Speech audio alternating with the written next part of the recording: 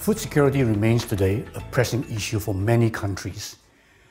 According to the Food and Agriculture Organization of the United Nations, certain conditions have to be met for a household to be food secure. The household must have access to food, and the food must be available within a reasonable distance. And the food must be affordable and safe as well, and obviously the supply of food must be a stable one. Now we know that in today's environment, many threats are present to affect food security. In the immediate term, these threats include severe weather events which disrupt the supply of food, pests and diseases of both crops and animals, and very obvious factors like cost of labor and in some years the cost of fuel as well. For the mid to longer term, we need to be aware of climate change. Climate change has had a major impact in mid to long term projections on the supply of food.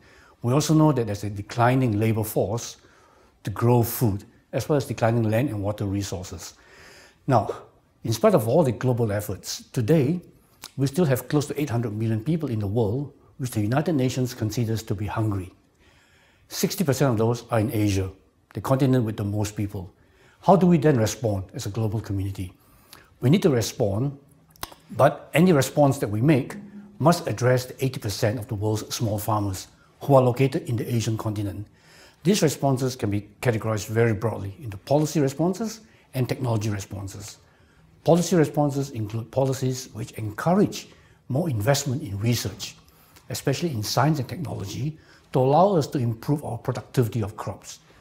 The policies also include policies that favor farmers and incentivize farmers as well as trade to move food around.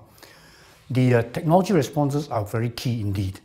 They include development of crops, crop varieties which can tolerate drought, submergence, salinity, crops that can even last longer under different climate change scenarios, crops that obviously can resist pests and diseases much more.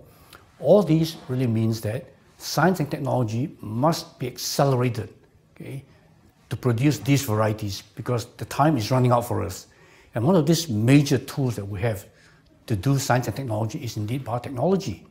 So it is unconscionable for us not to invest in accepted biotechnology tools to help us produce these crop varieties and animal breeds that can help us ensure food security.